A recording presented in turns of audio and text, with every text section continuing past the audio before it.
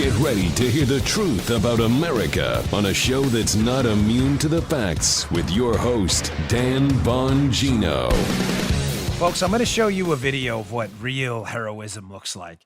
You know, we had this expression when I was an instructor in our Secret Service Academy called get big. You know what get big meant?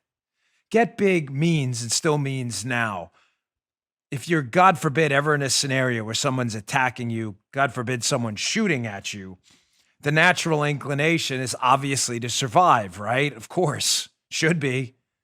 If not, seek help immediately. So what do? You duck, you get behind cover, you try to get away from the person attacking you. That's not the inclination we train in our recruits in the Secret Service Academy. We teach them not to get small, but to get big. I want to show you a video today of these heroes in the NYPD and what they did. I also have a lot to get to on the election front. Just a really stunning court filing out of Michigan with an error rate in voting of somewhere close to 68% in the vote processing. I'm going to get to that, and also Trump doing impossible things. If he's doing them, they can't be impossible. Dan, that sentence makes no sense. You say you like logic and reason. No. I don't think they're impossible. They happened. He did them. Did them means possible, right? Impossible. Not. I'm talking about what the media declared in advance Trump couldn't do. It's impossible that he, in fact, did. Loaded show today. Today's show brought to you by ExpressVPN. Ladies and gentlemen, protect your online activity from prying eyeballs today. Get a VPN. Go to expressvpn.com/Bongino. Welcome to the Dan Bongino Show. How are you today, Producer Joe? Sorry about that extended opening there. It's just a loaded show. I got a lot of great video. I want to make sure everybody knew what was coming. How are you today, fine sir? Well, I'm doing good, man, but it's your show. You do what you want to do. Thank you. I appreciate that. I appreciate let the it deference. rip, bro. Well, you're a part of it, so thank you. Today's an interesting day. Again, it's Dan Bongino chemo day. So we'll see how tomorrow works out. Let's hope we don't have the hiccups again. The chemo hiccups were the really horrible. Don't laugh. They're really, really a pain in the butt. I had to take advanced pharmaceuticals to stop the chemo hiccups. So let's hope, fingers crossed, we don't have the chemo hiccups tomorrow. You would think that would be the least of your worries, right? Cancer, chemo. The chemo hiccups were the worst. Poor Mike Flynn, who had to sit through that interview. The whole interview. Joe and Drew had to edit that thing to death, right? That's so Paula hates when I laugh over this. What else are you going to do? Life goes on. What are you going to do, Dan? What are you going to do? What are you going to do? Yeah. That's almost a Donnie Brasco moment. All right, let me get right to it on the show. Today is a loaded show. Ladies and gentlemen, brought to you by your friends at Brickhouse Nutrition. Life's about habits. This is my Brickhouse Nutrition Wild Berry Field of Greens. You'll notice something. It's empty because I drink the hell out of this stuff. This year, we've been more focused than ever on the health of ourselves and the ones we love. But what happens afterwards? How do you plan to ensure your body's immune system is ready for the fight this winter and beyond? I recommend, because I take it multiple times a day, Field of Greens by Brickhouse Nutrition. Here's mine every day. Miles, you got to send me more. Loaded with antioxidants, Field of Greens is packed with 18 clinically researched essential fruits and vegetables, plus green tea, ginger, turmeric, and beets. This powerful combination not only can support heart health, supports a healthy immune system, metabolism, blood pressure, and digestion.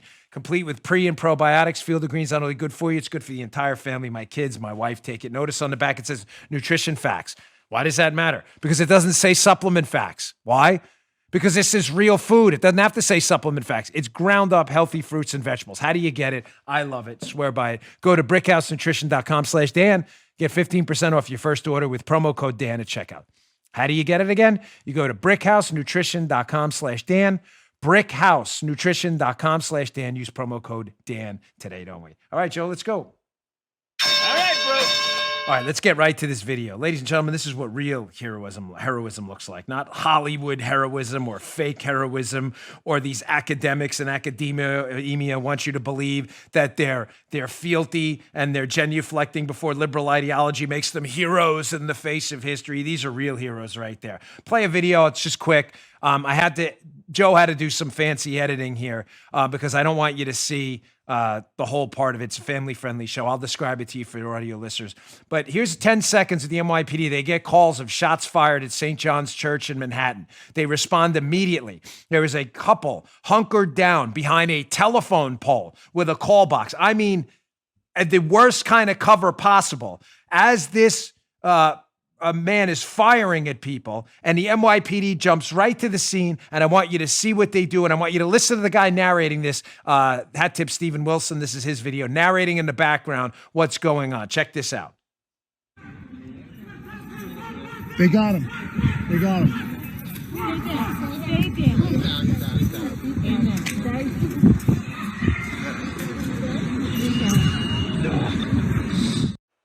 You still want to defund the police? I only could play 10 seconds of that because the shootout does have footage not safe for work or family-friendly viewing. You still want to defund the police? You think that's a great idea? What are you gonna do to defund the police, BLM and Antifa terrorists, the racist terrorists from Black Lives Matter and Antifa? What are you gonna do in that scenario? An armed gunman with multiple firearms, gasoline, and weapons takes shots at the police on video. A guy catches it on video, is shooting at innocent civilians and people. The police show up and don't run from the scene like any sane person would. No one's going to blame you for doing that. If I'm with my family, I'm getting out of there too. Nobody would blame you for doing that. And what do the police do? They run to the gunman, take the worst cover possible, the second worst cover possible after the poor couple that's stuck behind the telephone pole. They take cover behind one of those New York City garbage cans, which candidly, folks, provides very little cover at all. It's more concealment than anything. They engage in a gunfight with this, who has real cover, by the way. The perpetrator, if you want to watch the video, rumble.com/Bongino, watch it. It's only 10 seconds. You can rewind it and watch it multiple times. The gunman shooting at the NYPD officers has real cover. He's behind a solid concrete structure in the middle of the church, at the front of the church on the steps, firing down, by the way, from an elevated vantage point, which is always better. Why? Because when you're firing down, you can fire over the person's cover who they're firing at you. They can't do the same to you. You have an elevated position in real cover, and you have these two heroes, I believe a third joins later, that run in right away, engage this bad guy, take him down, neutralize the target. No regard whatsoever for their own personal safety. Zero.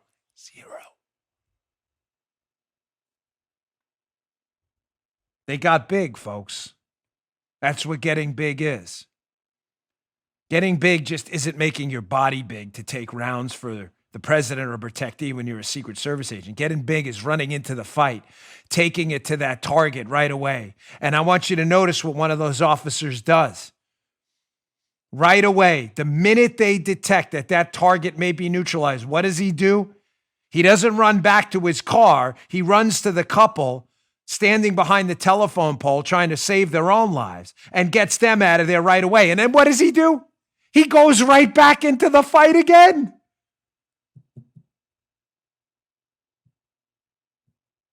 Still want to defund the police? Pathetic. Any politician associating themselves, like Raphael Warnock and others, running for Senate in Georgia with this defund the police movement, should be immediately discounted from polite society and public life again. Your position is so ridiculously stupid and indefensible. I'm sorry, but you don't deserve to be heard among smart people. You have the big R God-given right to free speech, and I hope you use it. But smart people should never listen to you again. You're a moron. Thank God for these heroes. Sorry, but I wanted to start the show with some good news, bad news. These guys aren't getting rich off this, yet they're putting their lives on the line. Just think about that for a moment. Ladies and gentlemen, I've gotten we've done very well off what I do. I don't put my life on the line anymore. My life now and the whatever there's no courage involved in none. I like what I do. I'm proud of what I do. I put a lot of work into it. There's no courage involved in this. I'm sorry. Those guys, that's real courage. $60,000, $70,000 a year to go stick your face in the middle of a gunfight to save someone you've never met in your entire life. That's real courage. That's real courage. That's what getting big looks like. All right, folks, moving on. We got a lot to cover today. I want to get to I'm a little loaded up today on content. I promise you I'm going to get to what the hell is going on in Michigan. this court filing yesterday. I promise you I'm going to get to it. Just stay tuned. There's just a ton of material to get to.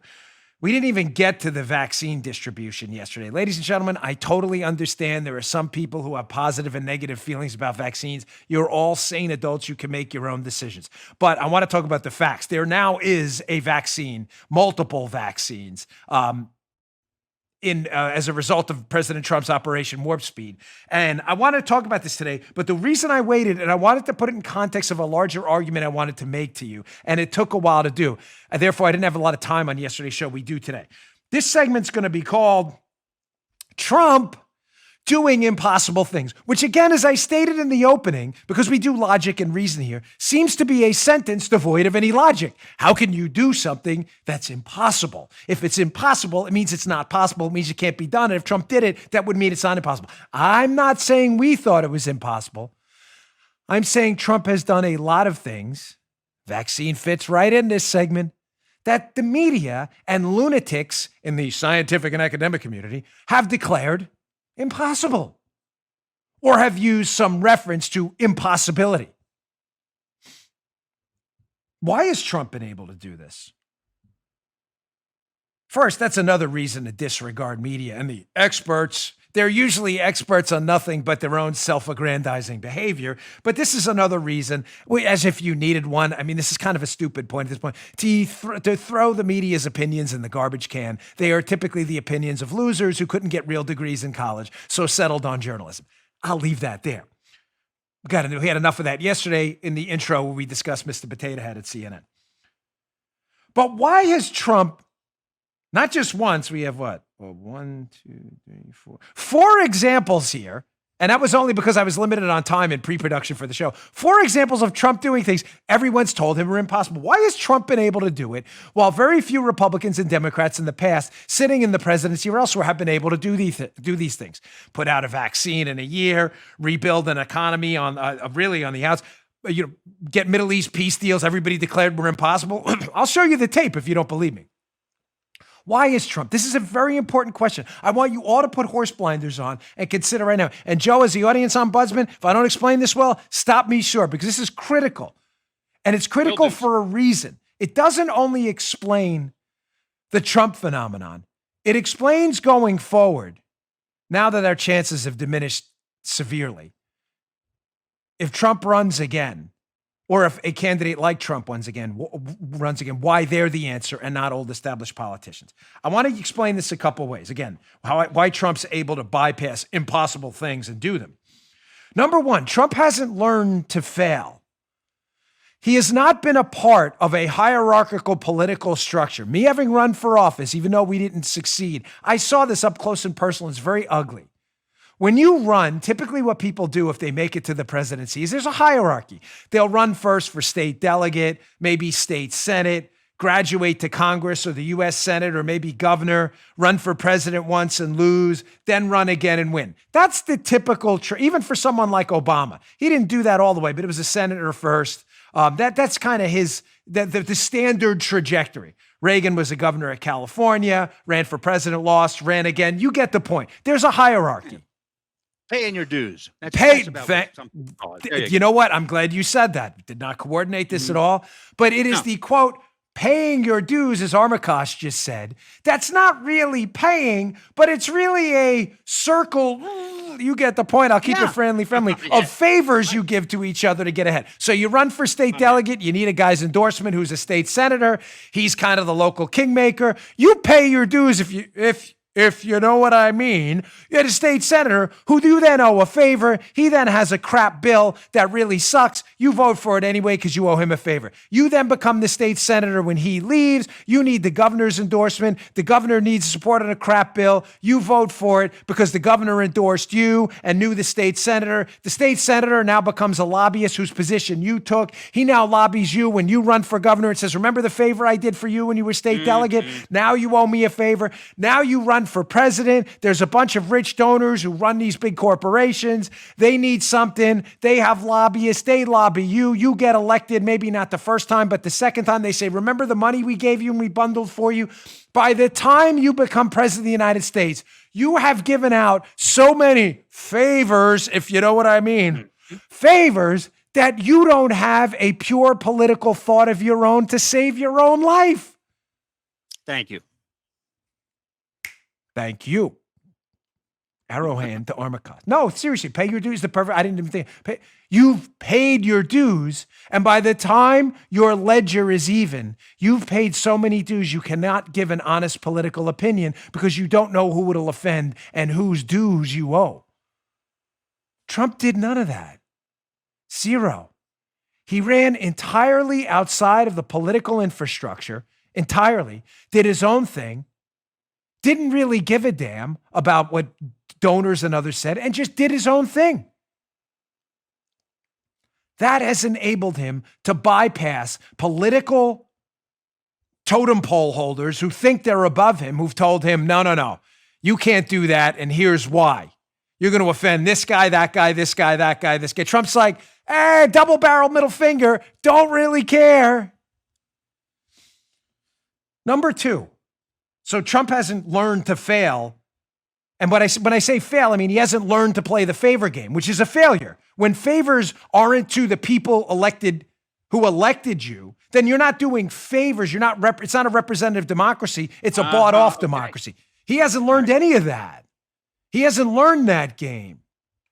Makes me think of this famous story of this fire out west decades ago, where the firemen who tragically passed were taught to hold on to their equipment so they couldn't flee fast enough because the equipment was heavy.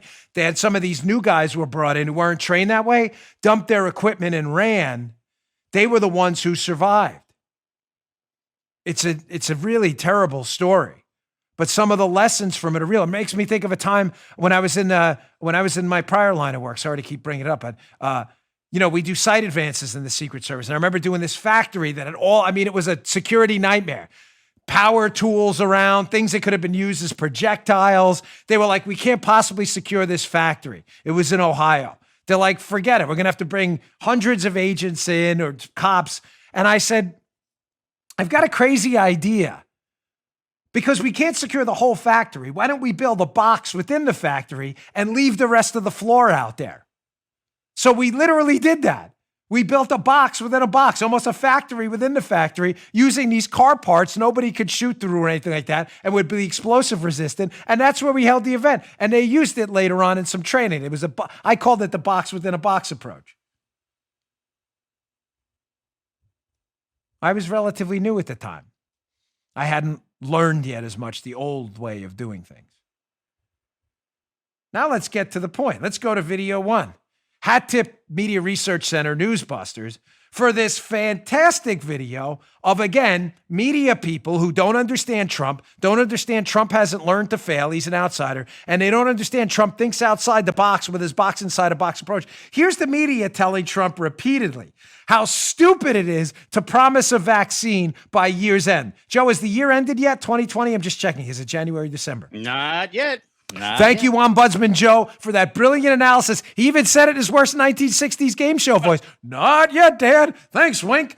Not yet. It hasn't ended. And we do have a vaccine injected into people's arms yesterday. Here's the media telling you that's absolutely impossible. Check this out. And on a vaccine, we'd love to see if we could do it prior to the end of the year. But many scientists, including the president's ousted former top vaccine official, say that is overly optimistic. That's an ambitious timeline, and many health experts aren't so sure it's achievable. So many experts and doctors today immediately cast doubt on that. Experts say he'd need a miracle to be right. It would take, over a year. Experts are warning that kind of timeline may be overly ambitious. Health experts pushing back. So many experts. NBC News did a fact check on this today that a coronavirus vaccine, Trump says it could come out this year, this sort of, happy talk that he's doing about a vaccine. You cannot talk yourself into a vaccine. The fastest a vaccine has ever been produced from start to finish is 5 years. Previous vaccines have taken years to develop. History actually holds a lot of different lessons for us about politicians rushing to science when it comes to vaccines. Will we get the best vaccine in this timetable, or will we just get a vaccine? This kind of promise is clearly political, but it's also remarkably dangerous. Some have even argued it's perhaps dangerous. So if we say, well, they can't really get this vaccine, the science is questionable. Now we're the negative Nancys. Oh, look at that Acosta, always trying to kill our optimism. You understand these are some of the dumbest people on planet Earth? Yet these are the quote serious people, and we're all the conspiracy theorists. Trump's the stupid one, right? And they're the smart ones. You have now video evidence that these people are morons. And yet what do? Nothing. The answer is nothing. They don't change. They don't retract. They don't say, they don't even feign embarrassment. They just move on like nothing happened. If this was my show, there would be endless pieces by those lunatic clown basement dwellers at Media Matters, Mediaite, and elsewhere. If that was my show saying that, it was a Democrat president who had done Operation Warp Speed and got a vaccine in a year, there would be endless loops of me on Media Matters saying, oh my God, this isn't possible. This isn't possible. Those people are idiots in the White House. But because it's the Democrat press, nobody cares. They just move on like nothing happened. Now wait, watch. So this is piece of evidence number one of Trump doing impossible things. It's impossible to declare the media intelligent. That's what's really impossible. Watch what's going to happen now with the vaccine. The goalposts will shift because they do not want to give up control. The goalpost, just on a separate note, quick, before I get back to other impossible things. There will be stories now, endless stories about the new strains popping up. Endless stories. Not that that isn't real, but Joe, you know, nobody, these Democrat and Republican lunatics like Larry Hogan and others, Larry Hogan, Gavin Newsom, Andrew Cuomo up in New York, they don't want to give up this control to shut down the economy and shut you down on a moment's notice. They love it because, as Lord Acton said, power corrupts and absolute power corrupts absolutely. Watch. Now that the Trump Operation Warp Speed vaccines are out there, they don't want to give up control. There'll be new stories about deadly new strains. You may have seen some of them already. It's not that the stories aren't real. They'll be meant to induce panic, not get you facts. Joe, the second story, watch. I guarantee you will see these soon. Just because you were vaccinated doesn't mean you can't asymptomatically spread it to others. And it will not be meant to inform you. It'll be meant to drive you into red line panic again as an impetus to keep empowered lunatics like Cuomo, Hogan, and Newsom in charge. Watch.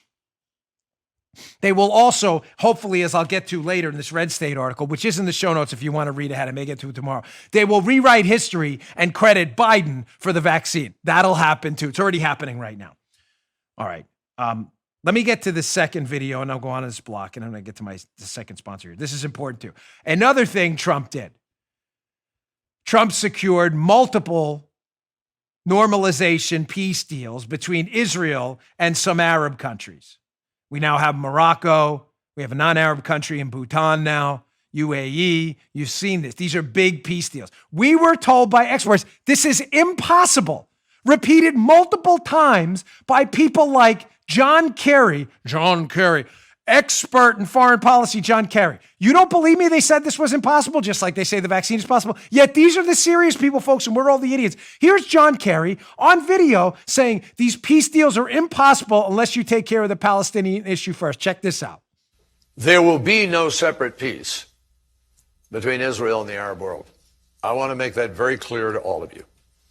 I've heard several prominent politicians in Israel sometimes saying, well, the Arab world's in a different place now. We just have to reach out to them and we can work some things with the Arab world and we'll deal with the Palestinians. No, no, no, and no.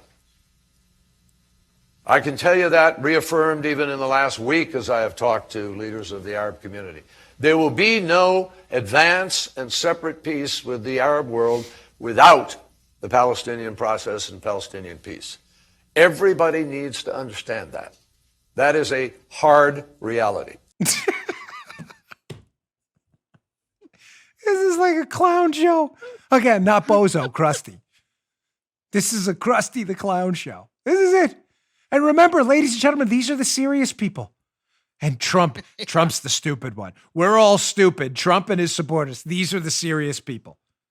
All right, I've got two more I'm going to get to, too, and I'll move on to some other stuff, including in the election. A great piece by Friedman, given the current economic climate and the stupid arguments going around, so don't go anywhere. Today's show also brought to you by our friends at Axon. Ladies and gentlemen, personal security matters. You know, this has been my line of work for a long time. So the people at TASER, they believe that safer self-defense is better self-defense. TASER's line of non-lethal self-protection devices are small and they are lightweight. I have one. Enough to carry with you or in your glove compartment or in your purse. Yet they're powerful enough to incapacitate an attacker. TASER products are safer and easy to use. They use an electrical charge to immobilize attackers for up to 30 seconds, allowing you time to escape and send emergency dispatch to your GPS location. TASER devices come loaded with features like laser-assisted targeting, very easy to use, and emergency dispatch, which will send a response team to your GPS location upon discharge. More than 237,000 lives have been saved with the TASER network of devices, apps, and personnel. Now, you can own your own TASER device, the number one choice of law enforcement agencies. You can own one. Protect yourself and your family with TASER's line of smart self-defense products. TASER is available without a permit in most U.S. states. Get the TASER Pulse Plus, that's the one I have, or TASER Strike Light at TASER, TASER.com with promo code Bongino, Bongino. Save 15% now at TASER.com. TASER.com. Use promo code Bongino, spelled TASER.com, using promo code Bongino. Restrictions apply. See site for details. All right, thanks, TASER. Appreciate you supporting the show. So here's another example here. Let's go to the Wayback Machine here. Here are the esteemed, and I use that term extremely loosely, Chris Cillizza, who's been wrong about just about everything, and his colleague Aaron Blake at the Washington Post, declaring another literal impossibility, if you understand logic, in the election 2016 outcome. Check this out from the Washington Post. Remember this gem? The Fix, Washington Post. October 24th, 2016. Donald Trump's chances of winning are approaching zero. Zero, which would mean, Joe, an impossibility, correct? Again, yes, their headline, not a joke. You could put that in any search engine and look up that headline. That article's still up there. They were approaching zero. I still don't think he lost this election in 2020, but that's a whole other one. Just quickly, one more. Here is the, again, esteemed. So we've pointed to esteemed, and by esteemed, I mean non-esteemed, dictionary.com definition. If you know what I mean, you watched the show last week. We've now pointed out how media lunatics consistently get things wrong about Trump, how esteemed secretaries of state and international diplomats and presidential candidates like John Kerry get things wrong all the time, declaring impossibilities that are then possible when Trump does them. Here is a Nobel Prize winner, literally in economics, not figuratively, the non-esteemed, esteemed Paul Krugman at the New York Times declaring right after the election of 2016 that it's almost impossible for the Trump economy and the economy to recover after his election. This was written just days after Trump won the election in 2016. Paul Krugman, Nobel Prize winner, folks, very serious man in economics. It really does now look like President Trump and markets are plunging. When might we expect them to recover? Frankly, I find it hard to care much, even though this is my specialty. The disaster for America and the world has so many aspects that the economic ramifications are way down my list of things to fear. Still, I guess people want an answer. He is a PhD in economics, folks. If the question is when markets will recover, a first pass answer is never. Markets in the economy far surpassed the performance of the Obama administration until the dreadful plague that hit the United States. Again, Trump doing things a PhD in economics declared impossible. The markets will never, his words, never recover. Not only they recover, they recovered better than they recovered under the Obama administration, despite worse economic conditions being left to him for a recovery, that is. Oh, that's at least a double, Mudley. We haven't had that in a while. That's at least a double. Don't disrespect my article there with a single Mudley. That's a disgrace. We haven't done that in a while. Some new listeners have no idea. You got to look it up. Oh. You got to look it up. Go to a search engine. There's a long-running rivalry between Mudley, Paula, and Joe. It's like one of those WWE things where it's a tag team and both people are in the ring tuning a guy up at the same time. You got to check it out. All right, moving on, right? It's an old rivalry. The rivalry. It's like the Clantons and the McClowrys, folks. It goes way back. The Earps and the Cowboys, way back. All right, moving on, because there were here's some very serious news yesterday. What the Hades is going on in Michigan? Let me give you the bottom line up front. A Michigan judge has now allowed us to get a look into a lawsuit that was brewing where a forensic analyst looked into what happened in this county in Michigan, Antrim, Michigan, Antrim, In Antrim, Michigan, there were votes that were changed from Biden to Trump. In other words, they were initially declared Biden votes, and then it found out later they were Trump votes. How were they changed? Did the voters change them? No. Who changed them? That's why this show is titled, What the Hell's Going On in Michigan, in this swing state? We're getting 1,000 different answers. They're saying it was human error. Now we've been allowed by this judge to get a look into this auditor. This guy, Russ, I think Ramsland, his name is, who we put on the show before, is some of his video clips, who audited this and is making some unbelievable allegations in this audit that we've now been allowed to see. Let's put up this Epic Times piece. They covered it really well yesterday. It'll be up in the show notes, bongino.com/newsletter. Please check it out. Epic Times. Can we finally get some kind of a straight answer at what happened in Antrim County? Headline, Zachary Stieber. Dominion software, here we go again, intentionally designed to influence election results. Forensics report says. This came out yesterday. There are two stunners from this report. Everybody tracking me? This forensic analysis done of these voting systems that switched votes. The voters didn't switch votes. The machines switched the votes. And the allegations are, according to this guy Ramsland, that these were intentional errors. Dominion has denied this to give both sides. They didn't comment on this Epic Times report. And the official statement from the state of Michigan is this is human error. That's not what this audit said. Can we get an answer on this? Kind of important, no? Quote, Epic Times, Russ Ramsland, co-founder of Allied Security Operations Group, said in this preliminary report we got to look at yesterday.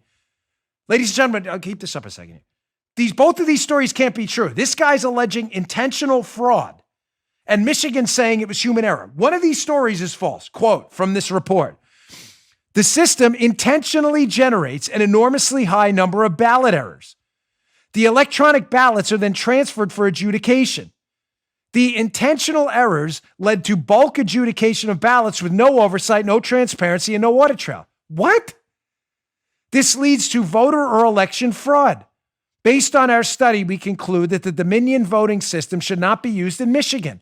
We further conclude that the results of Antrim County should not have been certified, Ramsland added.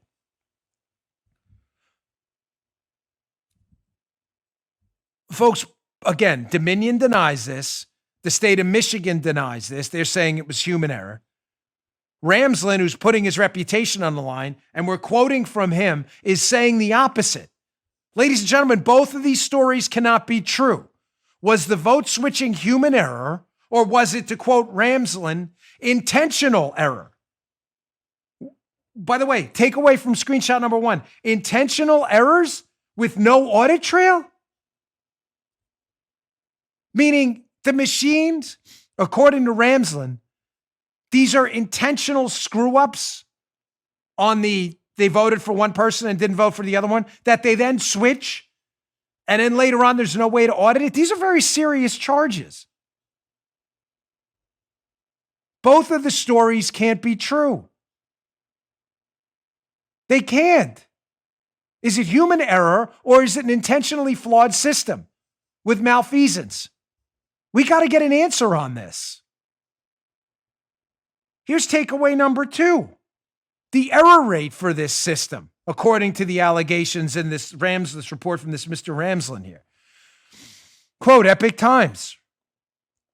Ramsland noted that Antrim County officials first reported on election night that Democratic presidential nominee Joe Biden received, out of 12,423 votes, nearly 7,800. Okay. So election night, Antrim County saying Joe Biden got over 7,000 of 12,000 votes. Everybody tracking? Well, 2 days later, they said President Trump actually won the county, receiving 9,800 out of over 17,000 votes. Folks, either Biden won 7,000 to 12,000 or Trump won 9,000 of 17,000 votes. Both of those stories can't be true. It's called math. But on November 21st, the officials again updated the figures, removing 1,300 votes from Biden. Ramsland said the tabulation log for the forensic examination of the server for the county showed 15,676 individual events. Of those, Some 68% were recorded errors. Whoa. What? I didn't read that wrong.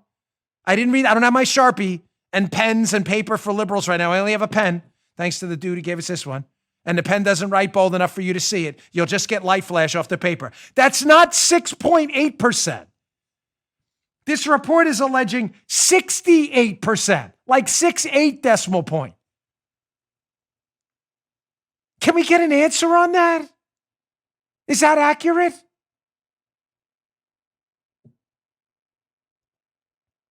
You know, folks, again, I'll give you Dominion's side. They're denying this. They're, state of Michigan saying it's human error. You can determine, now that I've given you both sides, what you believe or what you don't based on your own homework at home.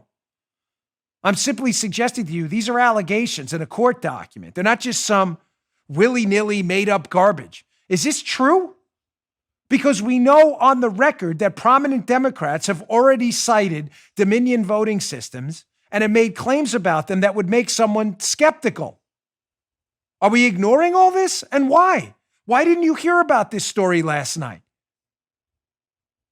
Why is mainstream media outlets, why are these outlets ignoring this story? Do they not want you to hear the truth? Read the report. It's linked in the Epoch Times piece at my newsletter, which is my show notes. Bongino.com/newsletters, where you subscribe. All right, let me get to my third sponsor. Here's what I got on the other side of this. I've got a little bit of a Media Madness segment.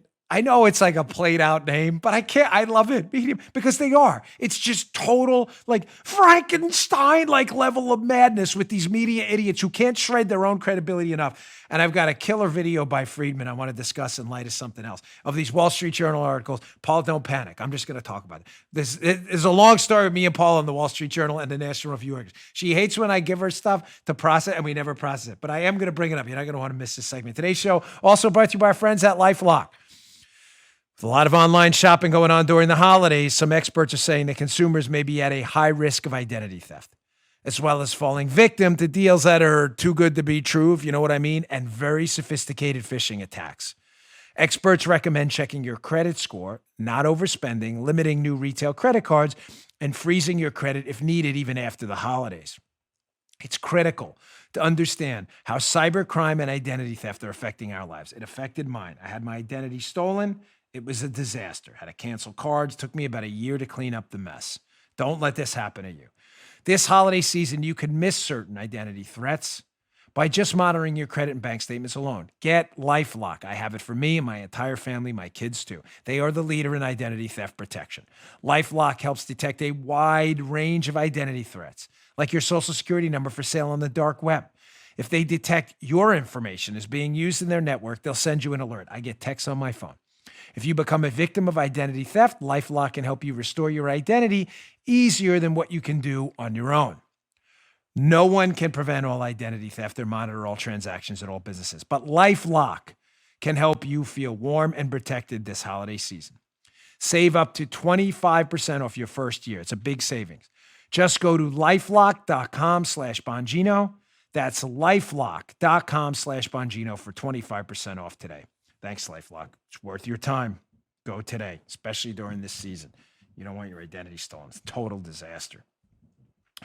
All right, folks. I had these articles in the Wall Street Journal I've been dying for the last few days to get to, and I've just been crunched on time. So I'll just summarize them quickly. And I want to show you a video of Friedman because now that it's looking sadly likely that we're going to have to deal with the Biden crime family for longer than we expected, you're going to start to see arguments being pursued that are nonsensical when it comes to economics. They're arguments pursued on flowery rhetoric, but not based in facts. One of them I saw in this Wall Street Journal piece, I'll just quickly sum up for you.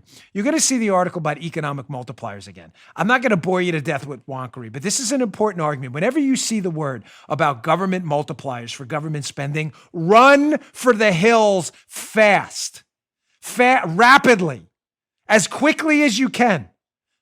Carl Lewis style. It is a fraud. The essence of a multiplier is based on this failed economic theory by a guy by the name of John Maynard Keynes decades ago, who suggested ridiculously so that government spending through things like the marginal propensity to consume, marginal propensity to save, it's a unnecessarily complicated formula. His suggestion is simply this: government spending, when they spend money in the economy, then multiplies and creates more value from there. The theory is total garbage and is stupid, and it's creeping up again. If you read the Wall Street Journal op-ed page every day, you'll see it. Liberals are talking about it again as an excuse to do what, Joe? To expand the government budget, government control over your life, to increase your tax rate, take more of your money and give it to other people. The multiplier is garbage. When government spends money by taking it from you, it doesn't multiply, it divides. Why? Because when government spends money on other people, as I showed you from the great Milton Friedman video last week, government has to take money from those same people first. They take money from Adam and give it to Bobby. You may say, wow, that's really bad. That would net out to zero. No, it's even worse because it doesn't net out to zero. It nets out to negatives because as the government takes money from Bobby to give to Joey, the government takes its own cut too, leaving Bobby with less money than it took from Tony. And they would have been better off. They just would have left Bobby with his own money himself, because Bobby's then got to give his money to Tony too, because that's what taxes do. But the left will lose you in their flowery language, like this young man from this Milton Friedman video. I'll play about a minute of this. This young man at a college, this is decades old. He does this. He wants to ask Friedman a question about how capitalism is so unfair and what we really should pursue is equality. Really? Because when you pursue equality through the government, you have to inherently treat people unequally. And no one ever, sorry for all the Friedman lately, but economics is important. No one has ever explained it better than Milton Friedman. Check this out. A society that aims first for liberty will not end up with equality, but it will end up with a closer approach to equality than any other kind of system that has ever been developed. Now, that conclusion is based both on evidence from history, across history, and also, I believe, on reasoning which, if you try to follow through the implications of aiming first at equality, will become clear to you. You can only aim at equality by giving some people the right to take things from others. And what ultimately happens when you aim at equality is that A and B decide what C shall do for D. Except that they take a little bit of a commission off on the way.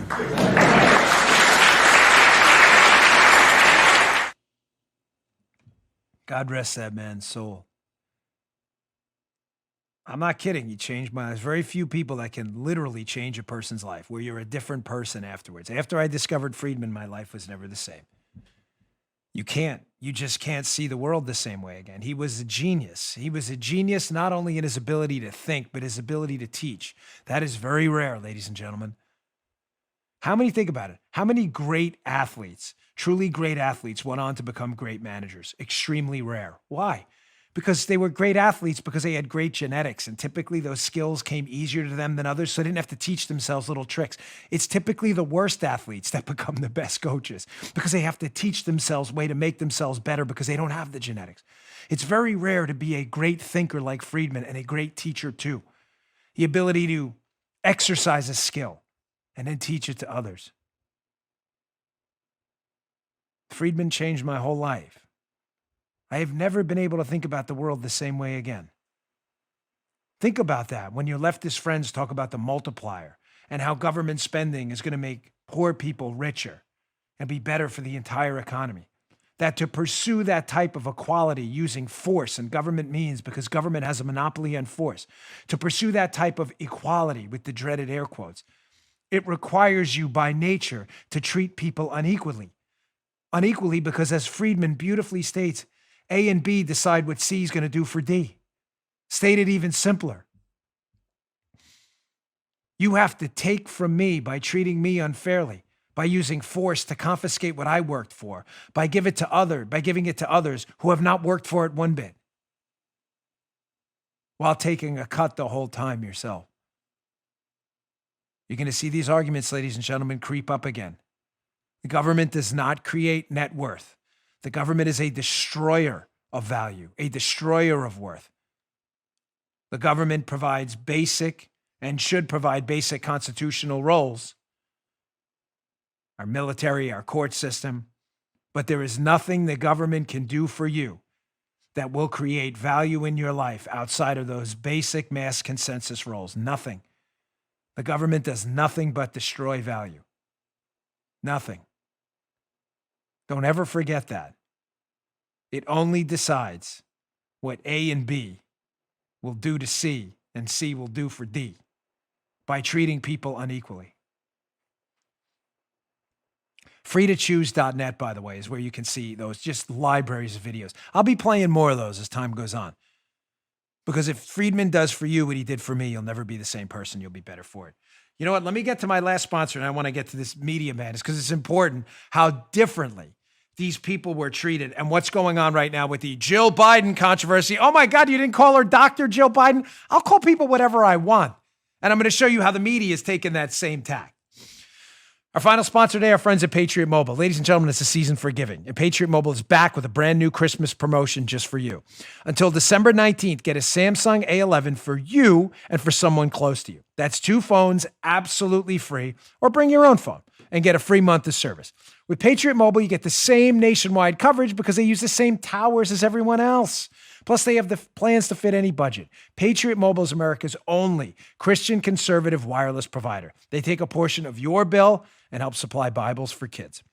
Switching is easy. Just go to patriotmobile.com/Dan or call their U.S.-based customer service team at 972-PATRIOT.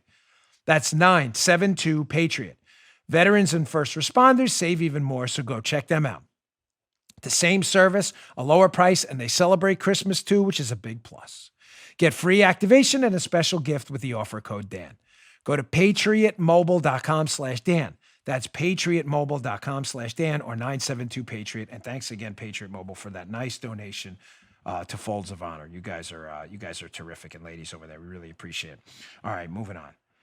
Folks, the only reason I keep bringing up these Media Madness segments is to show you that the information you're getting out there, like you got in the beginning, can cause you real damage and have real world ramifications. I covered in a show that was based on email feedback you really seemed to enjoy last week.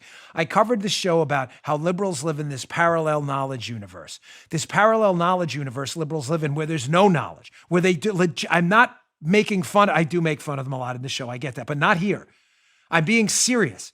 The liberal knowledge universe, they pay attention to media figures and others, and people like John Kerry and others, where what they know is wrong and what they don't know because they're not told it by the media. They literally don't know things. If you look at the poll about the Hunter Biden scandal, for example, again, we covered last week and yesterday, where upwards of 30% of Democrats who voted had no idea Hunter Biden and Joe Biden were involved in a massive scandal before the election. They literally, 3 out of 10, didn't know anything about it. You voted based on incomplete information because you were ignorant.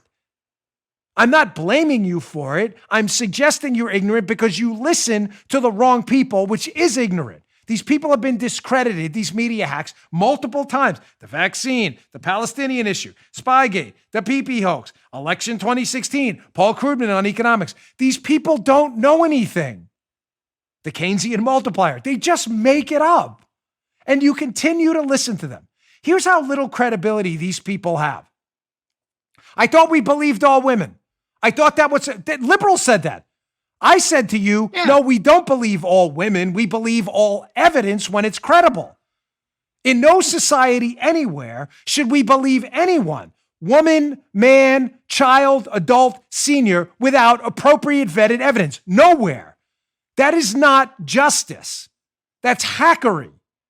But the left insisted to us, Joe, that that's not the standard believe evidence, that we should believe all women no matter what. USA Today, credible media outlet, basically reiterated this nonsense when they posted this absurd tweet. Hat tip Reagan Battalion for this. Remember Kavanaugh and the ridiculous charges leveled against him? Democratic presidential candidates are calling for Kavanaugh to be impeached after the New York Times published an essay containing new allegations of sexual misconduct. Most of those allegations, all of those allegations, I believe, were thoroughly discredited. Didn't stop USA Today from throwing that out there. Yet, there were very credible sexual harassment charges leveled against Democrat Governor Andrew Cuomo in New York. I'm sure they handled it the same way, right? No scrutiny at all, USA Today. Just put that New York Times article out there and put your de facto imprimatur on it. Well, let's see how USA Today handles the allegations against Cuomo, noted Democrat. Same USA Today. Quote, the aide is not, this is the aide who alleged sexual harassment, has not yet provided any validating evidence for the allegations or specified details on the harassment. Cuomo's office has denied the claim. Oh, so now it's about, you got to get Cuomo's denial in there, number one, and you have to produce number two, that there's no verified evidence. Great. Good. I'm not kidding, because I'm not a hypocrite like you phony D-bags at USA Today. Forgive the language, but it's necessary. I agree with you. If someone's been accused of something as serious as sexual harassment and they deny the claim, you should give both sides. And if the evidence hasn't yet been verified, you should say that like you did. Bravo. But non-bravo, me not clapping, when it happened to a Republican nominee in Kavanaugh, where you just willy-nilly again threw it out there with no evidence to back up any of these allegations and didn't include at all in your tweet about his denial, which turned out to be correct.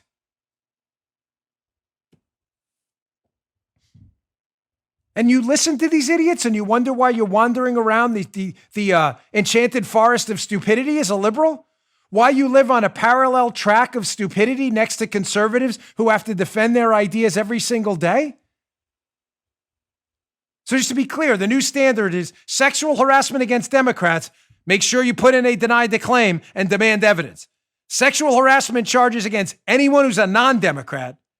Make sure you only put the allegations in there and deny any claims that the counterparty makes. Like, I didn't do it. It's not just that. The media madness goes on. It is actual lunacy. Here's this piece by Tiana Lowe at the Washington Examiner I want to put up. It'll be in the show notes today. Have you heard about the Dr. Jill Biden controversy? Here's a piece first. Headline, Tiana Lowe, Washington Examiner. Meltdown over Dr. Jill Biden, a preview of media servility toward Biden. So just to be clear, there was an opinion piece written in the Wall Street Journal by Joseph Epstein.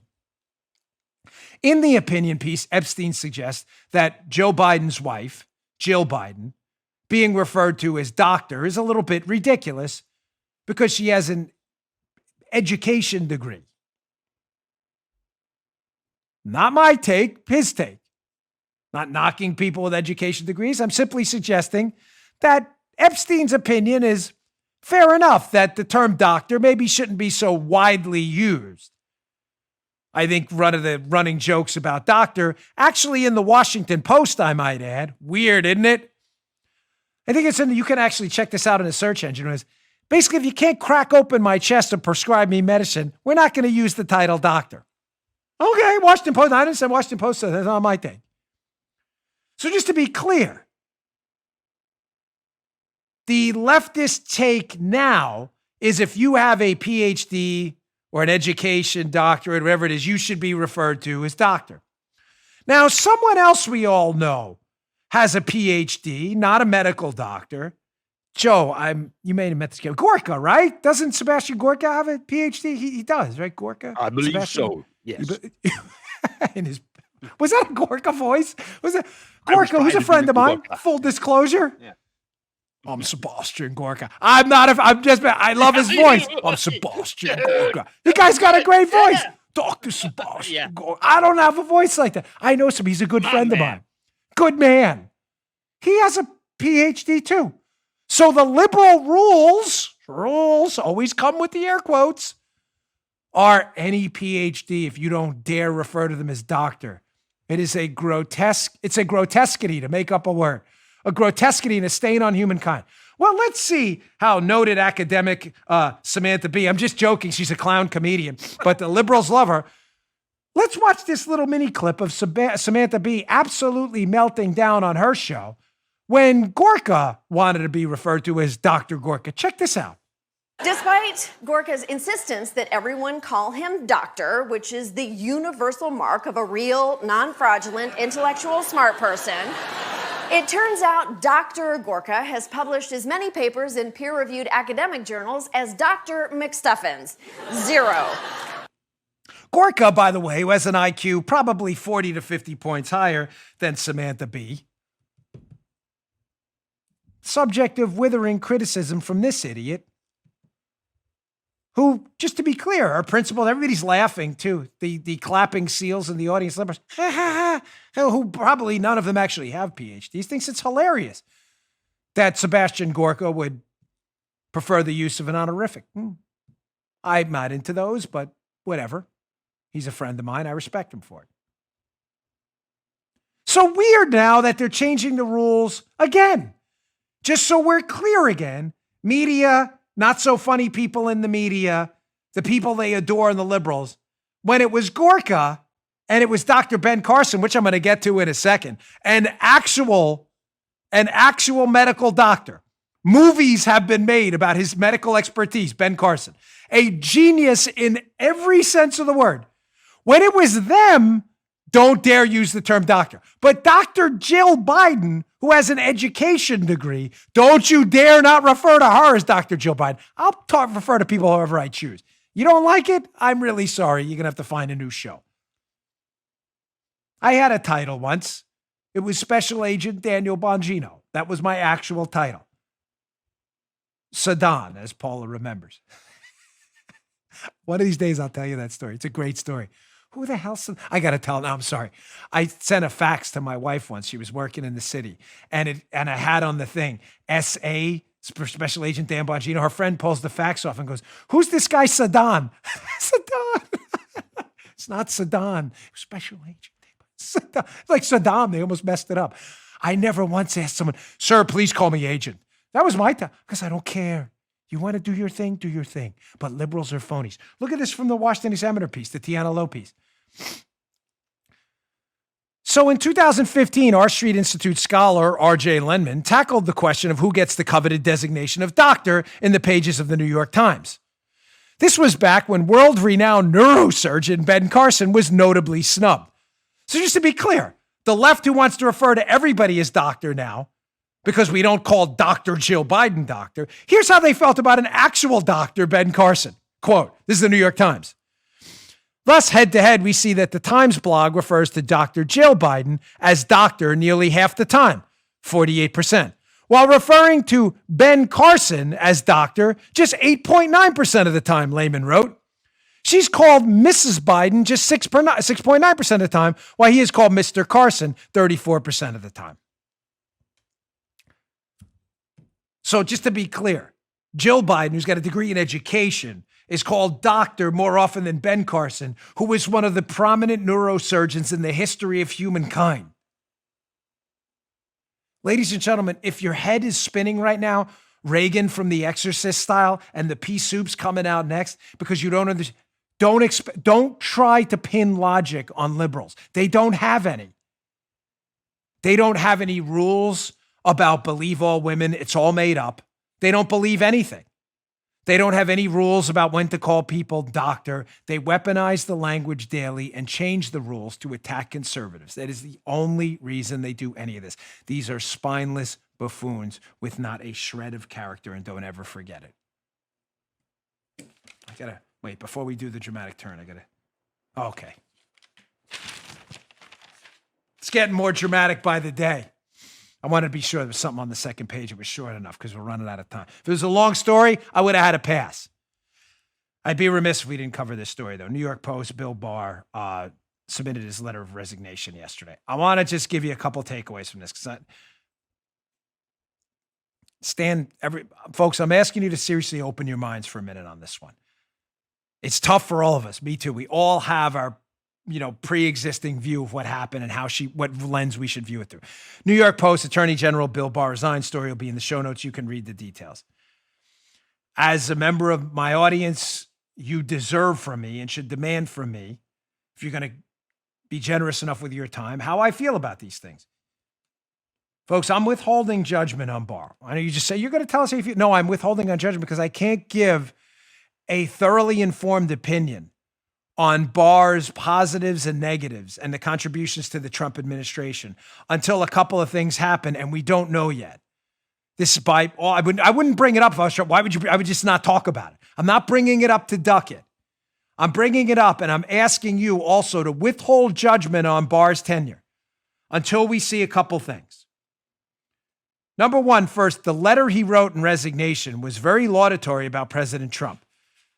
And President Trump was very complimentary on the way out, which says to me that there's not the friction here the media wants to paint. And for all the knocks on Donald Trump with the media, when he smells a rat in his administration, believe me, he'll tell you when they go out the door. That's not what happened with Barr. So I put a little quote here. Trump knows something we don't. Clearly. And if we don't know something Trump does, everybody should withhold judgment on the positive or negative contributions of Barr until we can get a full picture. Fair? That's number one. Trump knows something here that we don't know. And I don't know. I'm not being coy. It's not like someone slipped it in my ear and I'm passing it to you to be, to be like, and I'm in the know guy. It's not what I'm doing at all. Secondly, we don't know what's going to happen with the Durham investigation at the Spygate. I want to be crystal clear. I am not optimistic about that. Please. I see these things on Reddit. They drive me nuts. I got a thin skin. Like Dan Bongino saying everything. He let us down. I'm not saying anything's going to, I've said repeatedly, I have zero faith in the Justice Department. Zero. But they could surprise us. If we get some prosecutions and arrests with the Durham now special counsel, who Barr appointed special counsel on the way out the door to protect Durham from a potential incoming Biden administration here. If Durham gives us what we need, which is justice, obviously the Barr legacy will be totally different. And ladies and gentlemen, we don't know that yet. Finally, I want to see on the way out the door what Barr does with Hunter Biden. If a special counsel is not appointed to investigate the Hunter Biden foreign collusion scandal by Barr out the door or by his successor, justice is dead. So again, I brought up the topic not to duck it, to say to you, everybody hold your breath a moment. I'm not optimistic, but they could surprise us. Trump knows something. They were very complimentary. Second, let's see what happens with the Durham investigation. And third, let's see what happens if there's a Hunter Biden special counsel appointed. I think it's critical. All right, folks, I'll get to some other stuff tomorrow. The Red State article, I'm sorry, but it would have fit in nicely today. But it's a great way to bring this up tomorrow again, how the media is constantly wrong and the so-called smart people about things that are possible and impossible. And now when Trump did them, the economy, what else do we have? The vaccines, how they're going to now try to gaslight you and credit Biden. Don't go anywhere for tomorrow's show. Please tune in. It's going to be a great piece. It's in the show notes if you want to read ahead, Bongino.com/newsletter. Folks, please use BonginoReport.com for your news. Dump drudge they want left a long time ago. BonginoReport.com is where it's at. Our traffic was fire yesterday. Thanks to you. We really appreciate it. And please subscribe to my video show. It's all free at Rumble. We're almost at 1 million subscribers. Unbelievable. We already passed YouTube. Rumble.com/Bongino. I really appreciate it. I'll see you all, hopefully without the hiccups, tomorrow. You just heard Dan Bongino.